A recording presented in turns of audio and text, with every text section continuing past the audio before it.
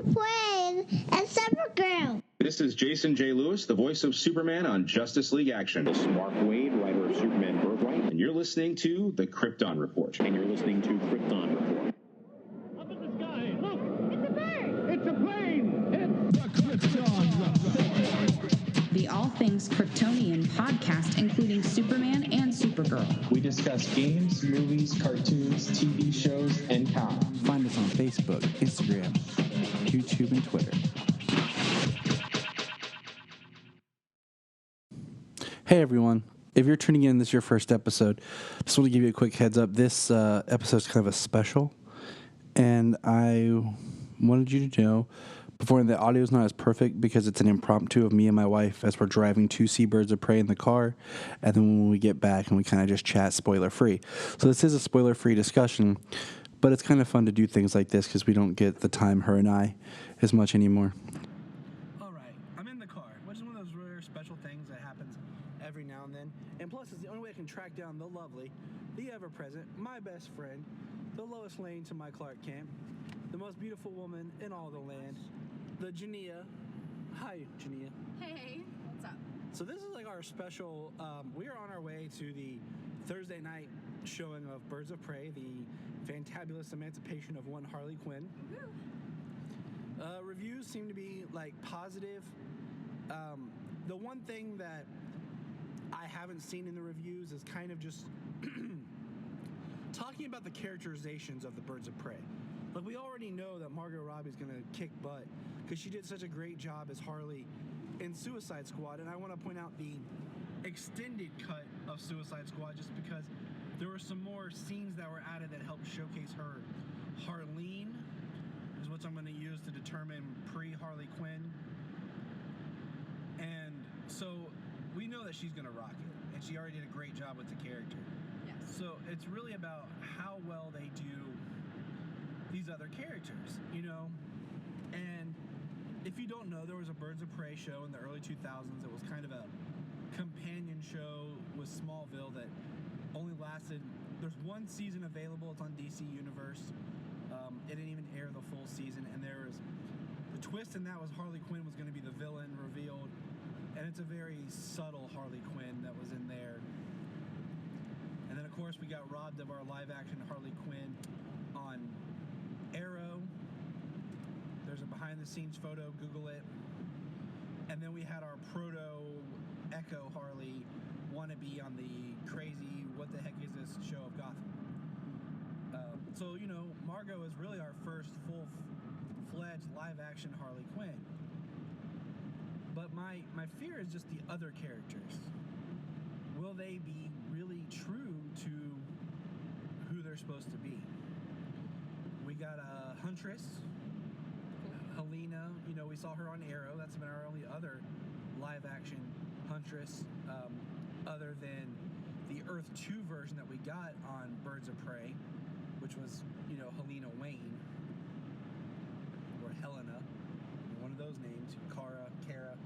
Right. I'm more accustomed to the orphan version of Cassandra Cain, the brutal ninja, you know, can't speak, learns to speak later on character.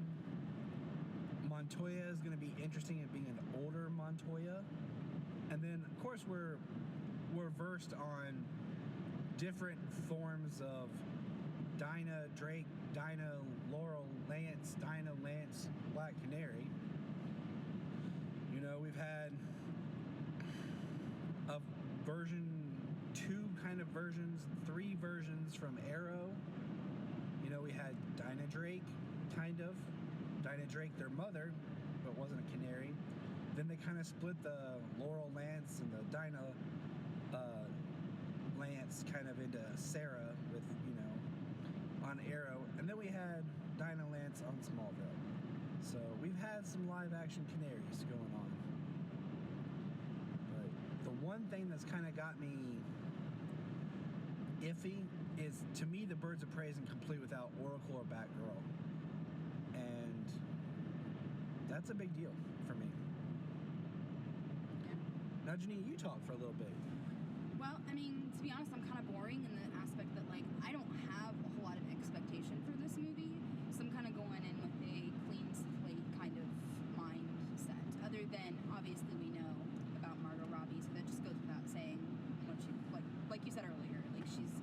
fantastic. She'll be great. I am interested to see what they do with the character. I find it interesting that she's a part of the Birds of Prey concept, as in like the group Birds of Prey, and I would like to see what her role is really fully. So I've not read up on this very much, so I don't have a whole lot to go off of as far as like reviews or anything like that, but I'm excited to see what happens. I'm trying to keep myself open-minded to the storyline, and I'm interested to see what kind of direction they take her character in with this film. So. And then let's touch on the other character that excites us, Ewan McGregor. Oh gosh, yeah, Black Mask. right there, like, Black Mask has never been done. Well, Roman Sionis has never been done live action.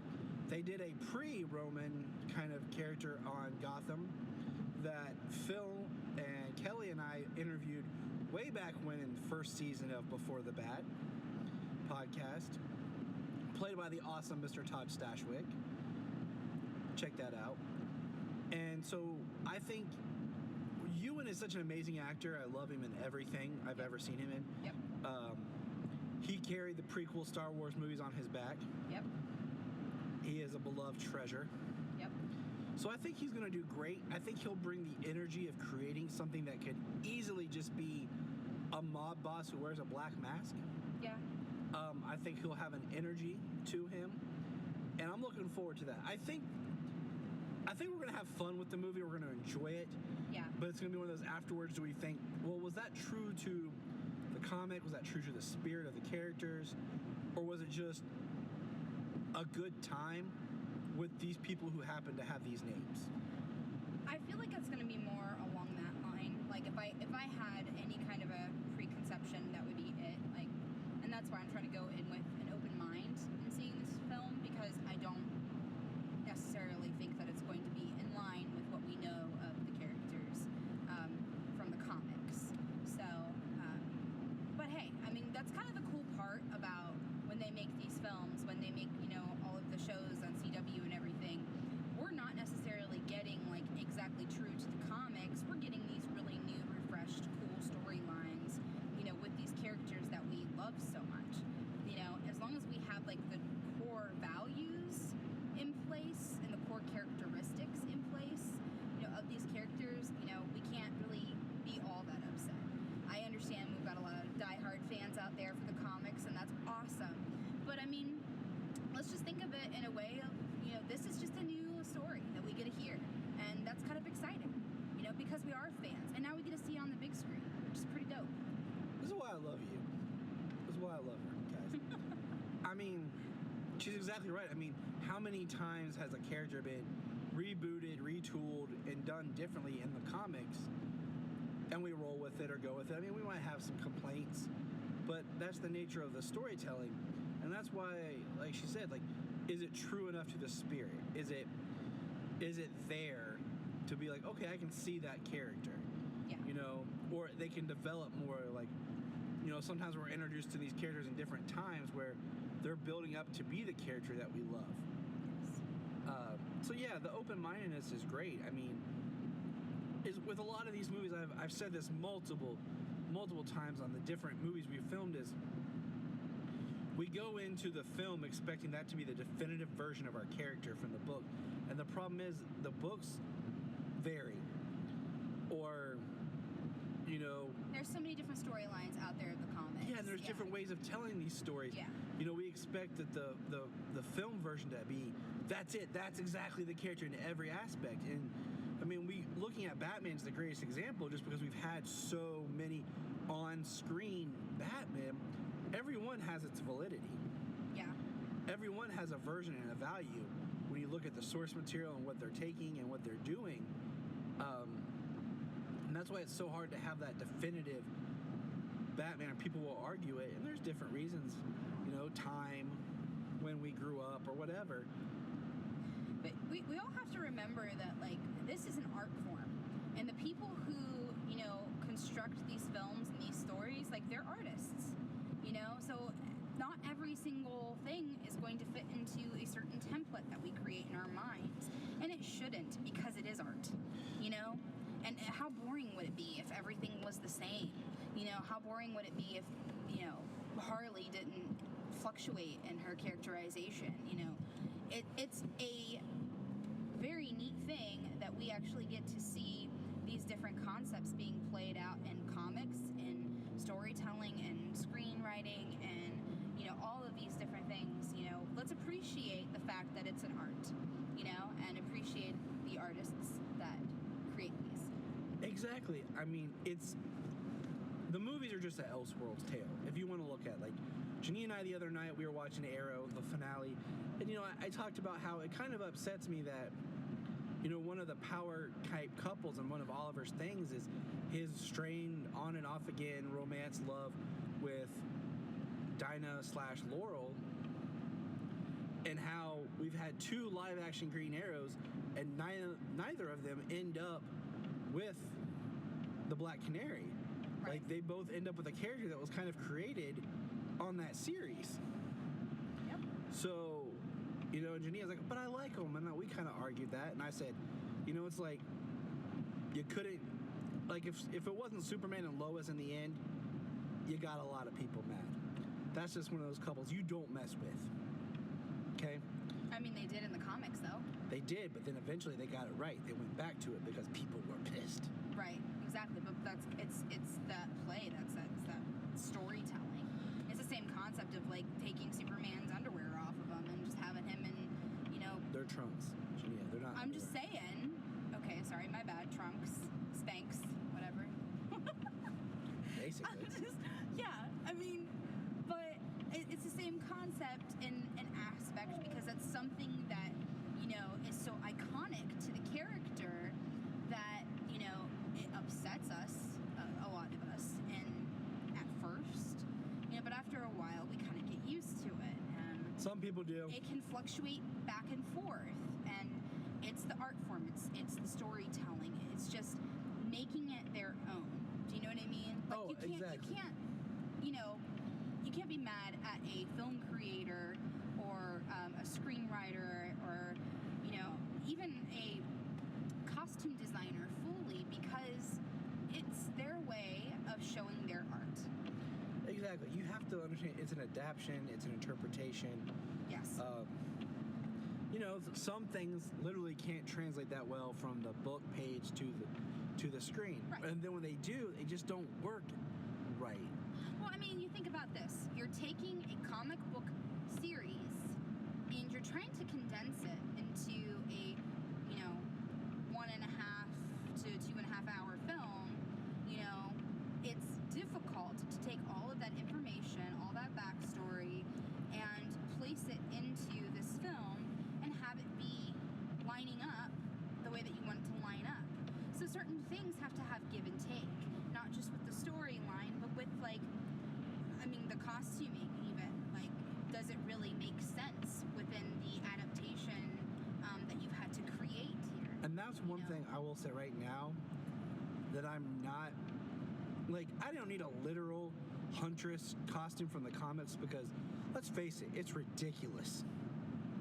Like, in the comics. Like, it is the dumbest, most impractical outfit possible. Right. The costume that we had on Arrow, I liked. It's cool. It was simple. It still was true to the character. It had some themes.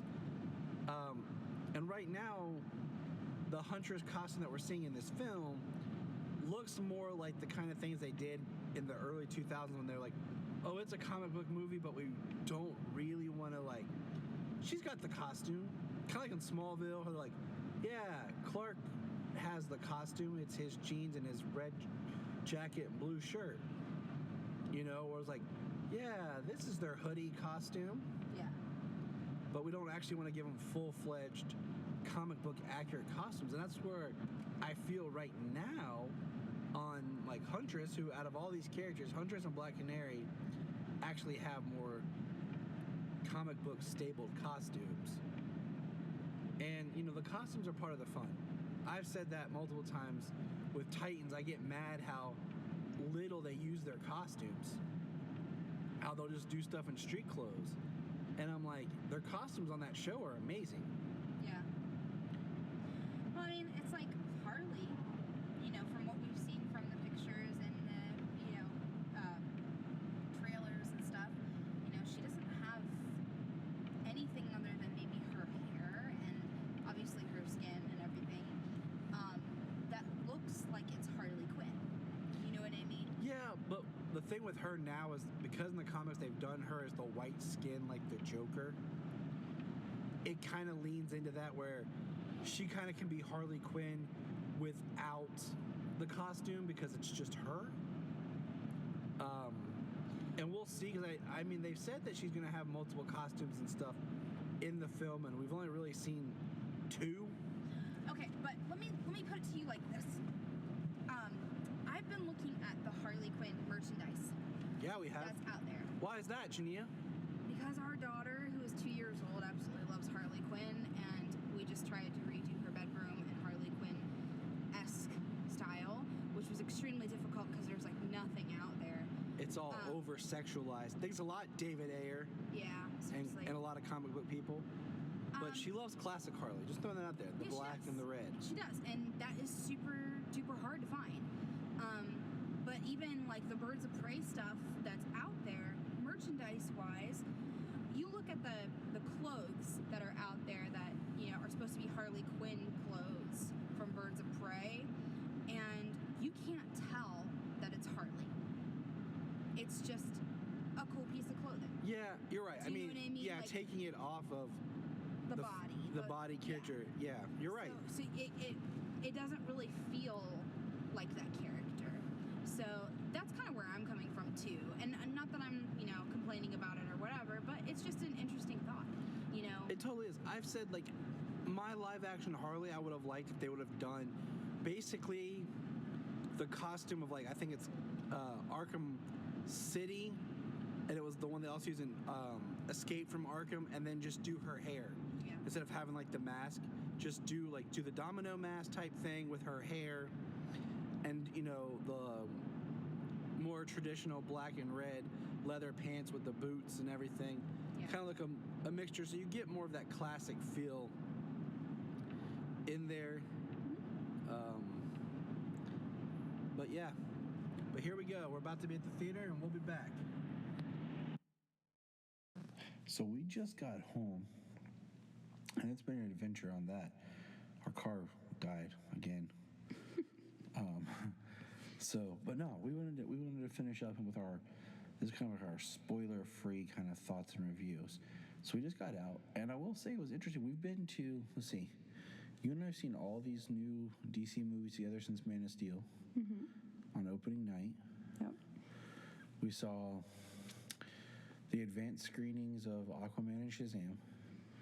We were there we saw BVS early, and we saw it on opening night.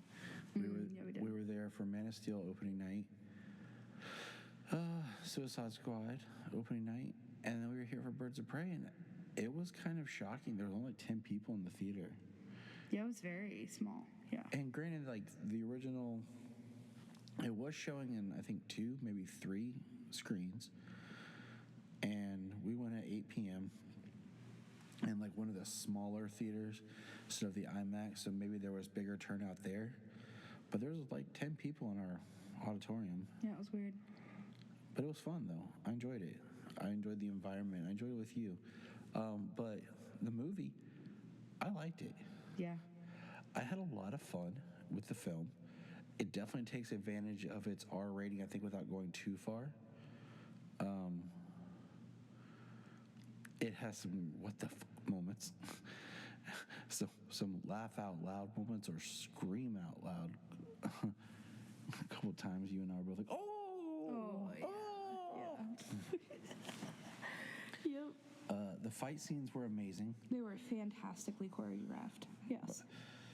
They were shot by Chad Stahelski, who was a stunt coordinator, did all kinds of for The Matrix and everything with Keanu Reeves.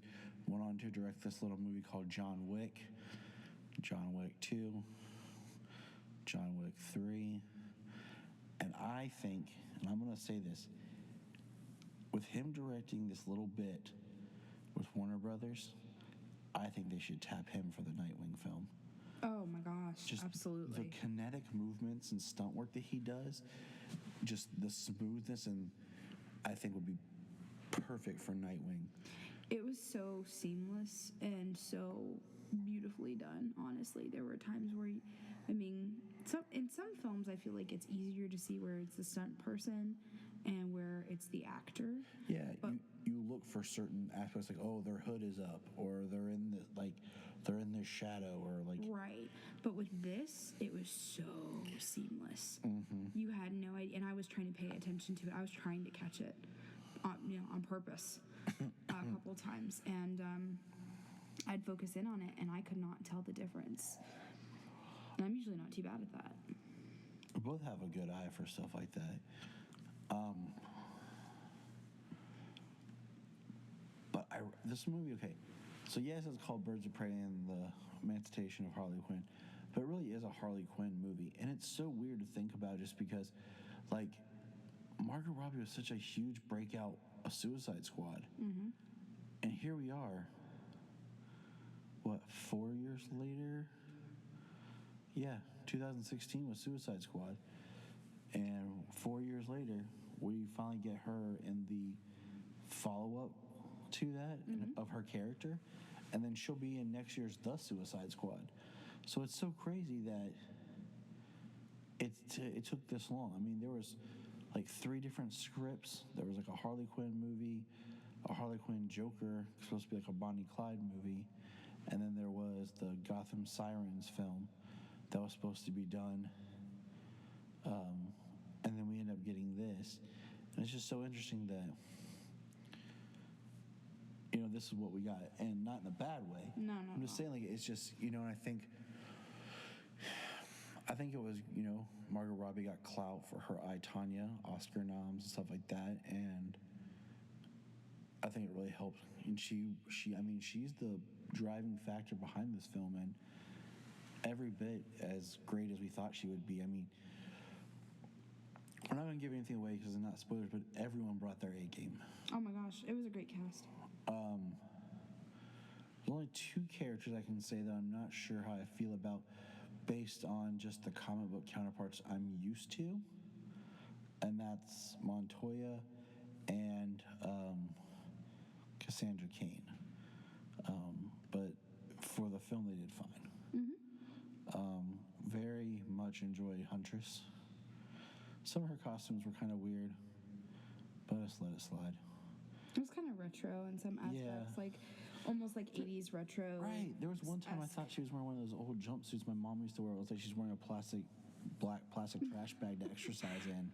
I was like, Mom, did they steal your wardrobe? That's hilarious. She'll never listen to this. No, but I thought it was. Actually, I thought it was pretty cool. To be honest with you, it was very much so like, retro, but still kind of like with a really cool, modern, fashion-forward vibe. So very fashion-forward.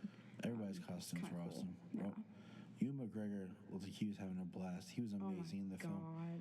He played Roman very well. And like I told you, Roman's a very brutal kind of person, and I think he brought it. And I loved the almost like split personality-esque vibe of his character, and like that dichotomy. It was like 1 second he was like this very sweet and kind of seemingly nice person, very fun person, and then the next second it was like he flipped a switch and he was just cutthroat, psychotic. Yes. He could smile and, kill someone at the same time. Very creepy. Some of the ways they moved in the film and directed certain things remind me a little bit of like Boondock Saints. Just the way they did some of the timeline stuff. I don't want to give too much away. Well, no spoilers, but I mean, it's definitely worth watching. Please check it out. Support it. And I'll say, this is how you do an all-female movie. It was fantastic. You know, I think sometimes when they want to do like an all-female movie, and I don't want to sound stupid saying this, but they make it like kind of cheesy. Yeah, and for lack of a better term right now, that's late at night, girly. Right. Like if you like, they want it to be like taking like, oh, we're going to take this serious and everyone enjoy it, but just be females, and then but then they make it like you say like cheesy, and when you're like, okay, Well, like it's like I'm that- not even enjoying it because there's just there's not a vibe. I mean, there are movies that are like manly man movies, and then there's movies that are like for everyone that have guys cast in it kind of thing. But this movie was like that. It was a movie for everyone where it was all women, but you didn't even care or focus on the fact that it was predominantly all women.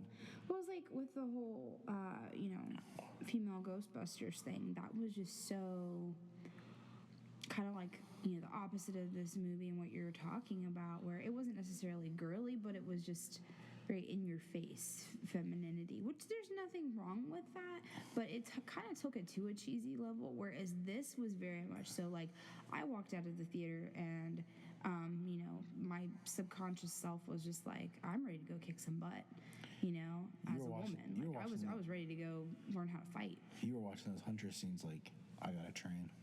Yep. Who do I train with? Can I do this at home? Does YouTube have a how-to video on these? It's the same kind of thing where like they wanted to do the Oceans movie, but like all female Oceans. Nothing wrong with that. No. And I feel like that movie kind of walks the line. It does walk the line. It's also a different genre. Like it's a comedy, and it almost tips to being cheesy, but it stays positive, But like with the Ghostbusters, I think that was just, I don't know. It was like we're all women, but they pushed it that it's all women instead of just letting it be like, we're just going to do it with women. Okay. They're like, it's women. It's women. It's about women. Like, okay. I love that the subtlety of this, like as far as that goes, and honestly, it impacted me more as a woman. Like I said, like I walked out of there kind of being proud in some aspects. Like, it was kind of cool. I enjoyed it, and like you and I've talked before. Like I have a hard time sometimes where they get these women, female characters, and they try to tell me that they're badass. Yeah. They're trying to tell me that they're these awesome butt kickers, and I don't believe it. But this movie, I believed every one of those women were capable and did what they could do. Oh, they were so cool. I mean, Black Canary was probably a favorite. I very much enjoyed her. Like I had no expectations for her. I had not seen her anything that I know of. I liked the character. So, like, I had no expectations for her. And I walked out very thoroughly addressing what? I don't know what I'm trying to say. It's getting late. I very much enjoyed her portrayal of the character. And this movie is very much